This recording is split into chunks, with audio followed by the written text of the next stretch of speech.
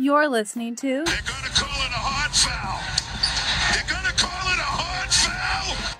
offering in-depth analysis on all things Boston Celtics. With your hosts, Jim and Mike Quigley. All right, Mike. Hey, I hope everyone is well. It has been a while. I think it's been about a month since we last talked. Celtics. Sammy Hauser, $40 million. Woo! Yeah, well, we're going to get to all the extensions because I think that's an important thing to talk about. Ownership change, TV rights change, not for the Celtics, but in the NBA overall. You had some Olympic stuff going on. But Mike, I think the place to start is just on the offseason for the Celtics and these extensions. And Sam Hauser, what was the final numbers on that, Mike? It was 4 years, 44 million, 48 million, was it? Oh, 44, I think. But I know it's a lot less than Duncan Robinson, which I was like stunned by that. Yeah, so they essentially got him for a mid-level exception. Yeah, money. Yeah. It's just it's amazing. And who are the agents for these guys? For Sam Hauser, Derek White, and Luke Cornett? Because they should all be fired. Well, you do what your agent, the agent gives the advice, and the agent does what the player wants. And the security in taking a contract like that, it's still a lot of money. And you go into the off season and injuries happen or whatever, and you're not making tens of millions of dollars anymore. So that's why you do an extension for the security, and you sometimes realize that you leave some dollars on the floor. I do think you're right, though. I think I thought he was going to be somewhere between 15 to 18 million in the open market, and they got him for what, 10 to 12, and it's really both sides, I was surprised, did this. I think for your reasons, Sam Hauser, and for the Celtics, there's obviously not a concern with this tax bill. Because his contract isn't $11 million a year. It's like $50 million a year. Yeah. It's crazy. And the tax number just keeps going up and up and up. And Wick isn't going to be the one signing the checks. That's the point, Tim. So you wonder what it means in terms of the next ownership. But so let's start with on the floor. I think if you're a Celtics fan, this is another offseason, even though there was no big name or anything brought in like we've had in previous off seasons of big trades, you have to be really happy with the end result. Everyone is back from a championship team.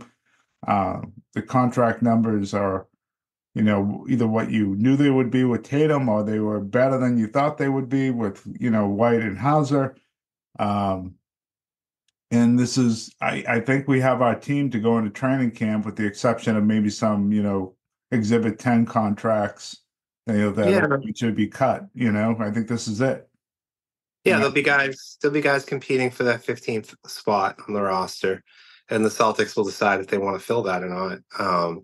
There'll be guys, I think, competing for two-way contracts, because I don't think anybody has one right now. So, well, Drew Peterson has one. Drew Peterson does have one. I thought that kid from Davidson has one, and they're bringing Davidson back for a third one, because that okay. I thought so. Yeah, I thought the two ways were all set. I know is Watson on the two way as well. I'm not sure what his is yet. I'm not sure, but I was always assuming he would be a two-way. It just made a lot of sense. He was one of their better players in summer league, so maybe they want him to be a real roster guy. But maybe they cut somebody like Jordan Walsh, who didn't look that great. But we don't have to dive into that. On the floor, yeah, this is awesome. Even Tillman's back, Hauser's back, the starting lineup's back. Yeah, it's not Wick's money. I wonder if Al Horford's getting a little extension too. It's just like they're just throwing money out there. And I look at next season, you see these teams after an NBA Finals run, after they win or they lose, you really have to be aware of that wear and tear on the body. So I would expect a lot of opportunity for Hauser next year, even more than he got this year, especially in the regular season. I think there'll be a lot of nights where Derek White gets a night off and Holiday gets more nights off, and maybe even Brown and Tatum don't play.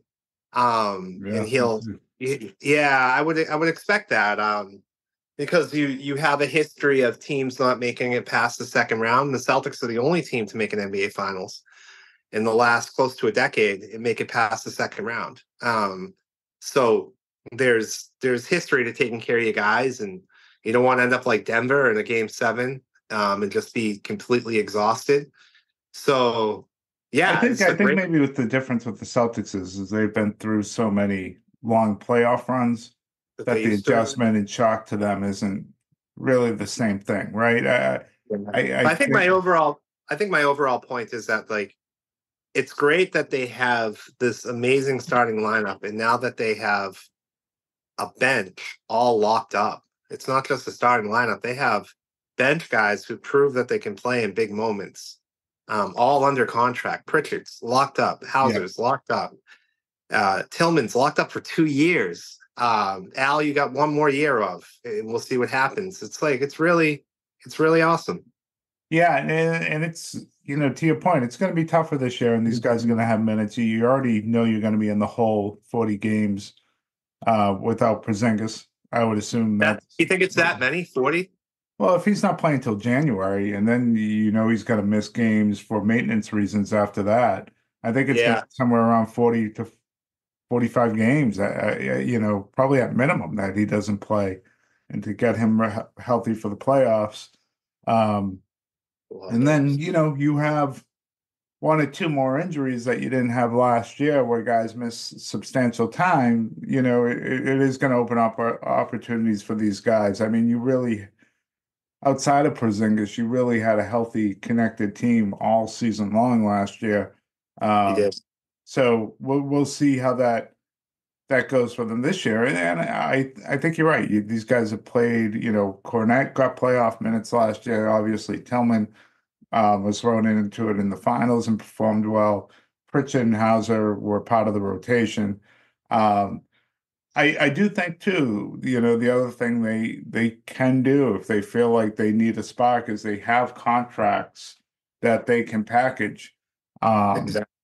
To trade, that's what Brad does great too. Yeah, Pritchard's extension kicks in this season, so you have a little bit of a easier number to kind of put together if there's a guy out there on expiring that you think could help you and get you over the top this year.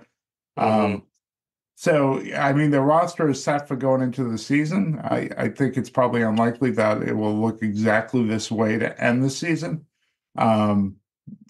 but they are in position to do some things. I mean, it is tough to trade for the Celtics because it has to be a dollar for dollar trade because where they are over the cap.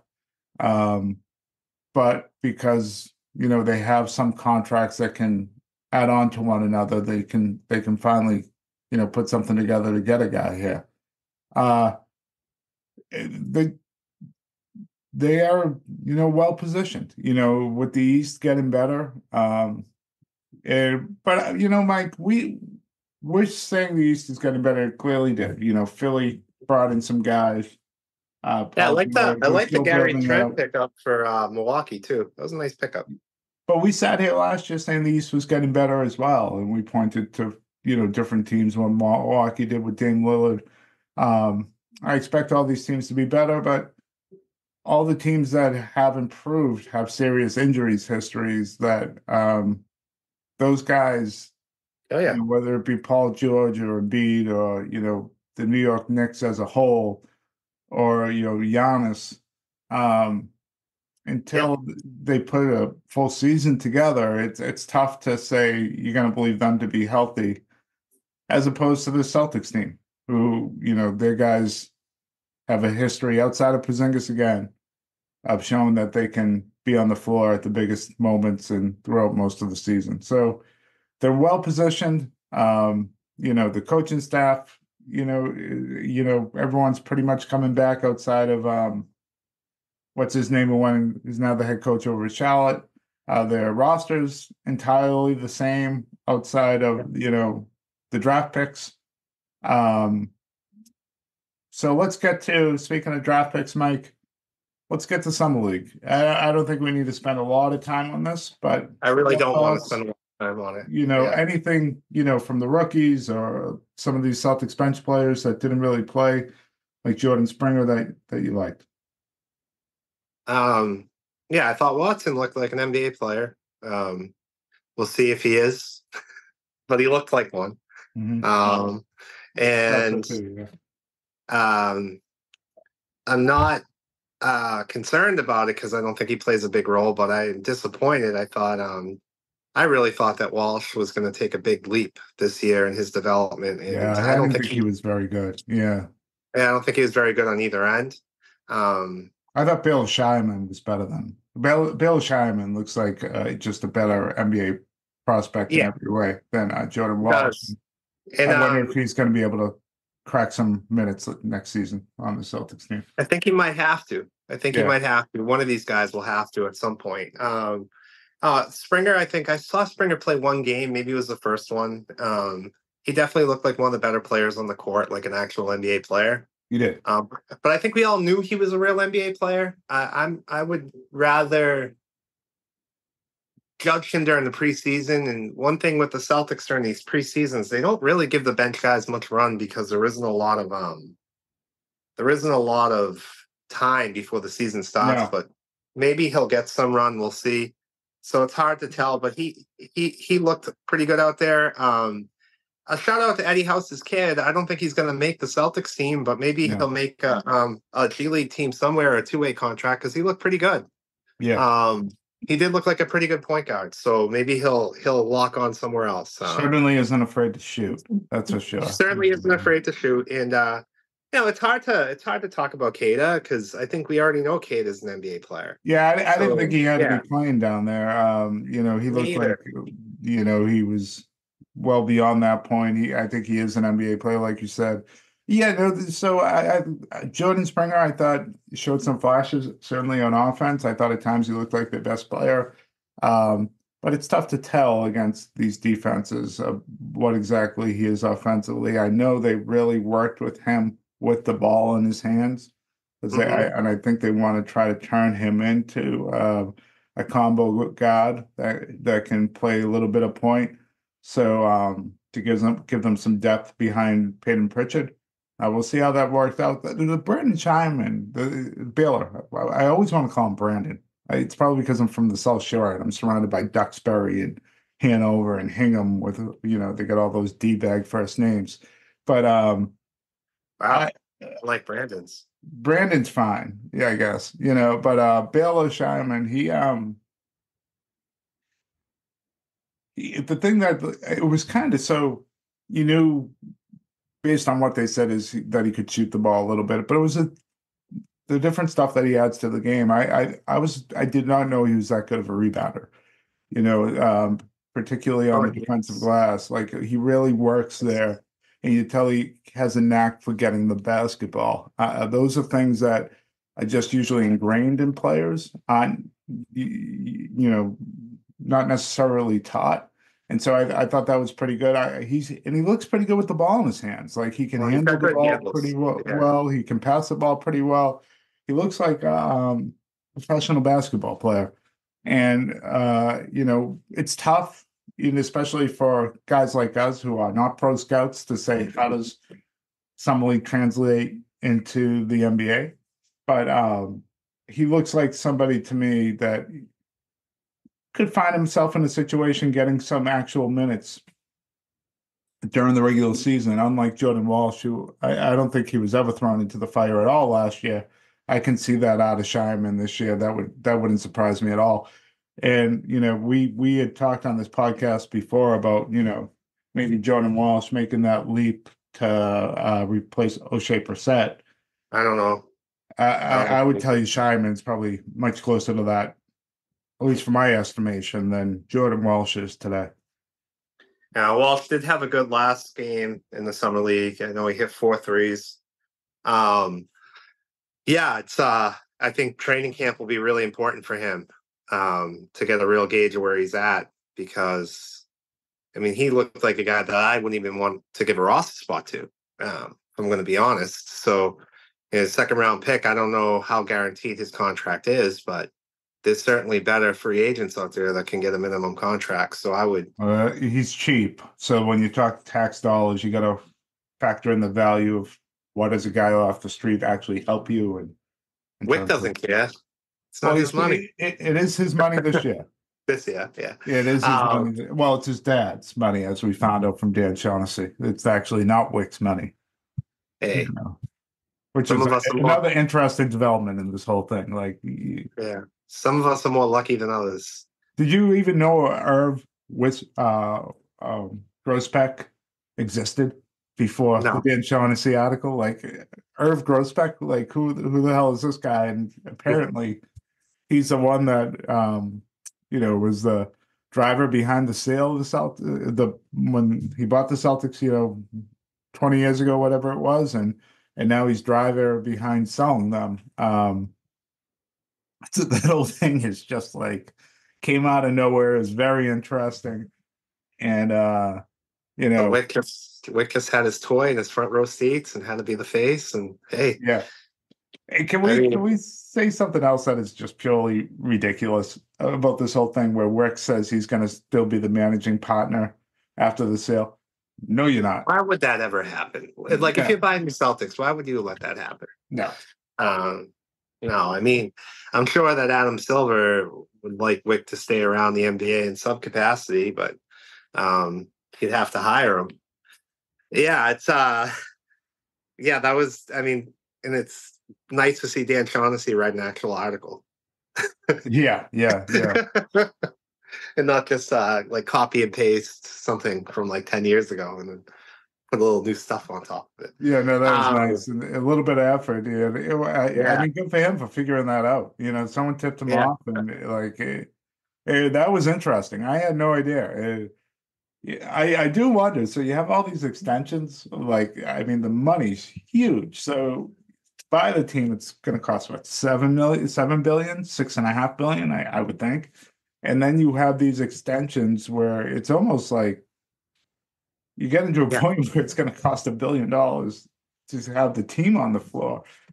I do wonder, if guys like Henry and Kraft are completely out of this thing now because of how much this is going to cost and what the salaries are going to cost as well to keep a competitive team. I mean, John Henry calls the what do they call it for competitive balance in baseball that they have to pay the communism. tax? He calls it communism. He calls it welfare. Okay. Yeah, and he doesn't. He gets so upset forever, I guess, that he's had to pay that check, and he doesn't think it's right. And in a lot of ways, he's right, because these baseball owners in other parts of the country, like Tampa Bay, they're billionaires. They just choose not to spend on the team. So doesn't John Henry. Now John Henry chooses that as well. Yes, he does. It's been like that for a while. So it's good. I'm glad they can't afford it. Let's get a guy in here who wants to continue to spend money. I mean, it's a lot of unknowns, and that's why I think this upcoming season is just as important as last season. Like, this might be, maybe I'm wrong, but I think there's a chance this could be like their last run together with all these guys. Oh, I think it has to be. Yeah, I would guess that you'd have to move players next offseason, unless you have a new owner in here and they win the championship and he just yells, "Run it back again," and he does not care what they're going to spend. I guess that's a possibility, but isn't it going to be really hard to move players because you have to match it dollar for dollar, or you have to find a franchise who's going to take that contract, which you're going to have to attach draft picks to it. So I don't think it's going to be easy. Everything is hard until you find someone that really wants to do it. So if let's say you're trading Kristaps Porzingis next offseason, he came, and let's say he had a really good playoff run, and even though off the injury, but he showed he was healthy, and you're a team that wants to find the cap space to do it, to open it up, you'll find a way to get it done. If you have to trade Drew Holiday or Derek White next offseason, there are going to be plenty of teams that are going to figure out a way to get them on their roster and make sure the Celtics get what they need. So it's not going to be easy, but the Celtics have such valuable players that I think it will be done. Now, what the Celtics will get in return won't be what you would have been able to get in return in previous seasons. I will say that. Although, I think they'll get plenty of draft compensation for players like that. But Derek White, certainly. Yeah. Yeah. So it's tough, but it is tough. They're in a situation. You don't want to complain because you just won a championship and you have all this roster coming back, but there's going to be the window's small. Unless right? you have an owner who just says run it back, I don't care what it costs, I guess. But you have to think that unpleasant roster moves are in the Celtics fans' future. You have to assume that. That is true, but you also have, and the other thing. So the good thing about obviously the Celtics is that Jaylen Brown and Jason Tatum are here and locked up. So no matter what happens, you have that foundation, and it can be exciting too, especially if they win next year. It might be a window into the next generation of Tatum and Brown and the next build up towards something great. If they have to move guys, that's one thing. And then the real unknown for me is if this new ownership group does, eventually come in, which they will. What does that mean for somebody like Brad Stevens? Because he's been so instrumental to all of this. It's a great question. He's been excellent. I don't know what his exact title is. GM, president, I forget what they call him, but within his role, he's been incredible, right? So for me, that's something that I'd be concerned about. I would hope that the next ownership group would value him almost as much as the players. I think you should be concerned about that, not just with Brad Stevens, but throughout the organization. They right now they have a culture from top down that is pretty good, and I think you have guys like Brad Stevens that really appreciate this. I think you have a coach and coaching staff that appreciates kind of guys are allowed to do their jobs without a ton of interference, and then you have players who are kind of more business-like in their approach, and I think you see with some of the drama throughout the rest of the league, right? And yes.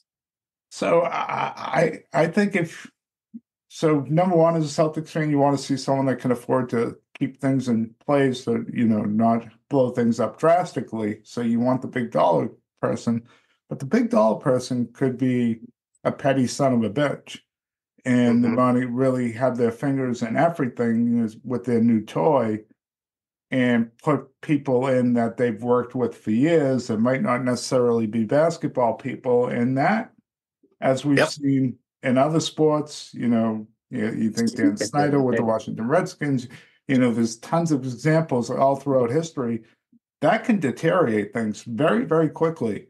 And all of a sudden, not only do you have guys like Brad Stevens that want to move on, you have players that wonder if this is the best place for them anymore. And I'm not saying that's going to happen, but it could.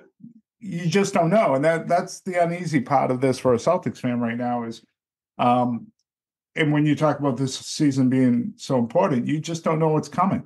You've had such consistency here since Wick has become an owner. In Pelly and Pags, and hopefully it's Pags finds a group to put together because he's a basketball guy. He played at Duke, and like he loves the Celtics, and I think he'd want to keep this thing together as much as he can. The continuity part of it.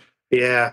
But you had Danny Ainge to Brad Stevens, you had Doc Rivers to Brad Stevens, and I know you had Ime in between, but now you're Missoula. I mean, there hasn't been a lot of movement here since they've been owners. But this is a real interesting time. And to your point, this season, it's important. It's important because you don't know if they got to make moves, and it's also important from the ownership standpoint. You don't know what it's going to look like, and you do wonder, Mike. I don't think it's going to have a huge effect, but does the ownership cloud this season with the changes that are on the horizon? Does that weigh on the team at all? Does that have an impact on what happens on the floor? I don't think so. I don't think so either. You don't know. Yeah, it's really a lot of interesting unknowns. But at least what we do know is what we have this team coming back next season with the only unknown being what's KP going to look like when he's healthy. And I thought, it's been an interesting offseason, especially with Jaylen Brown. And I think, most recently the article in Sports Illustrated, the interview with Jason Tatum, You can certainly see Tatum trying to stand up for his teammate, which I think is good to put more emphasis on these narratives that aren't true. That these two do really like each other. Tatum saying that he regrets that he wasn't more vocal about defending his teammate in the past, and that, it sounds like he wishes he had spoken up more as a leader on the team to say, Brown's always gotten the short end of things. I think where Tatum's might have been close to Tatum's words. And it's nice to see that because obviously I do think Brown's feeling a little left out here with the Olympics. And it's good to just see that these two really care about each other. And I think that's important when you talk about the continuity and the challenges that will come with ownership changes, is that these two have been a very constant presence now for a long time. And I don't think they're going anywhere. So that's something as Celtics fans that you can kind of, I think, put your hat on and look forward to. Yeah, I think from a Jaylen Brown perspective, if you're a Celtics fan, this is not the worst thing in the world. This is going to be a motivated, pissed off guy going into the offseason. He doesn't have the extra miles of the Olympics that are gonna, wear him out after another long playoff run. He certainly deserved to be on there. He's got a beef with Nike. Nike, has got its imprint all over the league. So he certainly seems to blame them for not being on the team. Could definitely be something to that.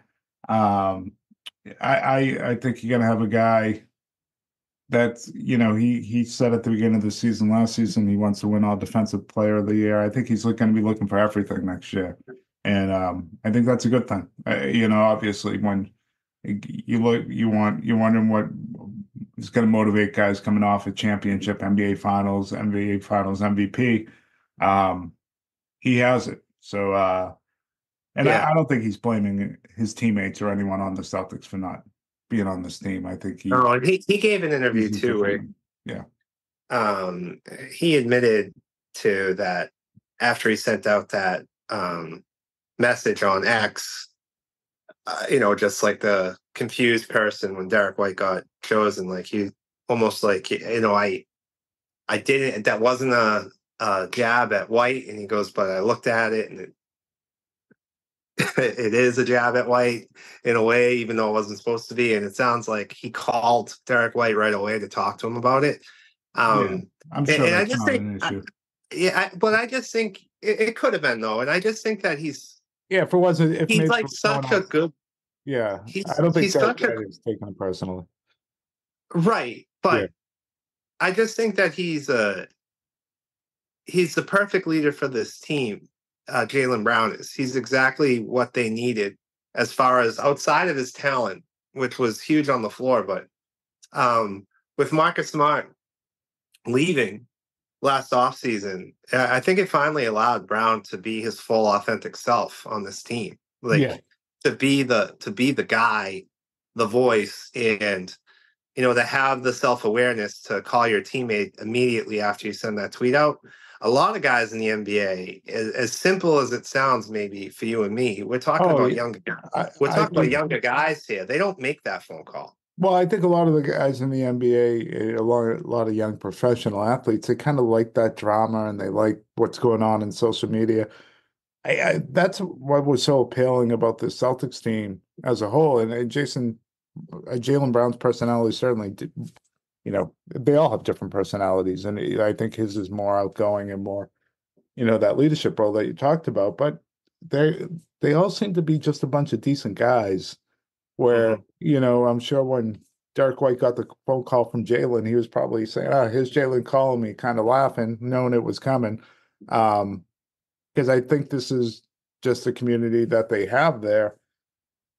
And that's what made it so easy to root for them. I just think they're not egoless. They're professional players. They all have big egos. They all want it all. But I don't think they're in search of the constant drama that surrounds, some of these guys and some of these players. You're not seeing like Jason Tatum laying on a couch like Joel Embiid this week, talking about, if I went 5 for 20 in a game, my team loses. And I'm just thinking, well, maybe that says more about you, Joel Embiid, than you realize. And the fact that you're going down this road, especially with the talent you have coming in this season. So I you know, I That think we guy should appreciate what we have. that guy has had it all. And to think that Joel Embiid hasn't had super teams is just crazy. I know. He has had all-star after all-star pumped into his Philly system that didn't work out, and then they're the problem. They're Yeah. the reason he didn't win. They're always the reason he didn't win. You know, they couldn't figure out how to play with Al Horford. It was Al Horford's fault. He gets shipped off to OKC. It's Ben Simmons' fault. He gets shipped off. We bring in James Harden. No, it's James Harden's fault. It's always somebody else's fault. This year was Tobias Harris's fault. So we'll see whose fault it is next year. Is it going to be Paul George's fault? The guy consistently is out of shape in the postseason, but it's always everybody else's fault. There isn't a player in the history of fucking basketball that has more goddamn excuses than that fucking guy for him to go on TV and talk shit about Jason Tatum. Why don't you go win something? Well, that's my point. There are just there's guys that just love that drama element to this, and I know the league doesn't frown upon it. I think they kind of like when it happens, but this team it just doesn't exist. And you have people continuing to poke, whether it's is there a Brown Tatum thing going on at the Olympics? Is now Embiid saying this and the questions about how good Tatum is or whatever, and I just think this team continues to chug along. The only thing they may get beat. They could get beat certainly by Denver or even Philly or whomever in the playoffs next year. But I don't think it's going to be something internally that happens that splits this team up. It'll either be they just didn't play as well as they should have, or they're going to have some bad luck injury wise. Otherwise, I think you're going to get a good effort, and you're going to get a team that is going to support each other. So, I mean, they're easy to root for. Like I said, they're just easy to root for. Mike, before we close, I know you wanted to get to this Amazon, TNT, ESPN kind of mega national TV deal that's going on. ABC, I guess, NBC is involved now too. What this means for local and national games, all that stuff. So why don't you go? I don't want to get into the drama behind the purchase and everything that went into it, and Turner Sports waited too long, or what have you.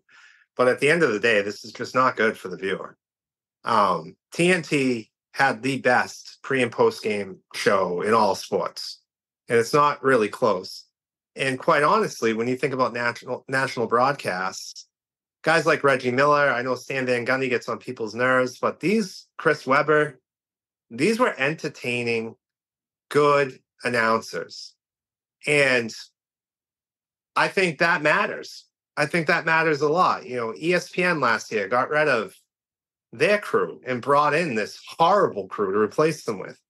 I just when you talk about the playoff run and the national broadcasts, it's just not going to be very good. And I don't trust Amazon, from what I've seen with this NFL product, to actually invest in what needs to be done to make it good for the viewer. I don't trust them to do that. I trust them to make money. And it's sad. Like, I think it's sad that product is gone. And not only that, Turner Sports and TNT, they understood the culture of basketball. They understood the culture of the fans that were watching it. And that's what made it really good. Charles Barkley, Shaq, Kenny, that whole show, that was the perfect crew for the people who are invested in this product. And us as Celtics fans, I don't know, Tim. I don't know how many crews, like good announcing crews, we're going to get to watch now, because we got Drew Carter here, and I'm not a big fan of that. And also, if you own the NBA League Pass, how does this impact you? Because I would like to I don't want to be on Amazon. I want to be on my TV. I want to go from the TNT game the to NBA League Pass is owned by the league. But I mean, accessing all the games at one time, if you got to stream through different products, it's hard to do. Well, NBA League, that won't change. So NBA League Pass are the games that are run by the local entities, And so those won't be streaming. Those would just be the games that aren't on national TV. So that will still be available. I think for the Celtics, it's going to mean a lot less local broadcasts because they're going to be one of those teams that are going to have a lot of national TV run. I think it's going to, and it sounds like there's going to be national TV games all the time now. 5 or 6 days a week between Amazon, NBC, and ESPN. So in ABC, so you got to lose out there. I just think from a viewer perspective, you hit on it. I especially think from a Celtics viewer perspective, you went from 5-10 years ago of having Mike and Tommy almost every night, and the entertainment that went along with that, even when the team sucked, was really, really good. Now your local broadcast, which you still like better because those are supposed to be fans, at least they should be fans, right? Because they're riding with every game with you, is now some guy from New York that isn't really invested in the Celtics until last season, and Drew Carter and Scalabrine, who is okay, but he's not Tommy. I actually like Eddie House a little bit more because he shows emotion on the play-by-play. He gets, and he just lets it out. And as someone that's just doing it for the team, I kind of enjoy that. I kind of, I like him overreacting to things and then having to say, okay, I was wrong later. Like I appreciate that. But the national stuff, I don't know. The worst part too, Mike, is the Amazon. They actually every other year are going to get a conference finals. So it's going to be streaming, a conference finals streaming. And I don't know, in the past, you used to say if something was streaming, it would be played on your local channel 5 or 7. I don't know if they'll do that if it's your team. But could you imagine trying to watch the Eastern Conference Finals next year on Amazon? Then all of a sudden the streaming service goes down at your house, the internet goes down. That really sucks. I don't. Well, yeah, I mean, I stream YouTube I don't know what's TV, going to happen there. Yeah, I have YouTube TV, and that happened to me in the NBA Finals with the Golden State Warriors a few years ago. Yeah. So that no matter what I'm using, I'm streaming. Okay. But the thing with YouTube TV is you have all your channels. So when I'm talking about NBA League Pass, if I'm watching a game on TNT, I don't have to go into a different app to find my next game. I just stream through the channels. Yeah. I have to log on to Amazon, and then on a commercial break, I have to log into a different app. This is stupid. Yeah, if you change the channel, like during a commercial break and then try to come back, it takes forever to load back on. Yeah, no, I think the whole thing sucks. Just that's the part that I hate the most. I'm disappointed in losing Barkley and those guys, but I'm very disappointed. Life goes on. I don't watch the NBA for the pre and post game stuff. Anyways, I watch the NBA for the basketball. That other stuff, oftentimes the game ends, I shut it off. But I don't know. This is that I'm not loving so much at all, and I think from Celtics fans' perspectives, as long as this team is really good, we're gonna have a lot of streaming games. We're gonna have a lot of games on ABC, NBC, and that can be a drag. And with these national games, the other thing that has driven me crazy in the NBA over the years is controversial calls. They don't replay. No, they don't replay. They don't replay. So you'll be wondering, was that really goaltend? Or was that really a foul?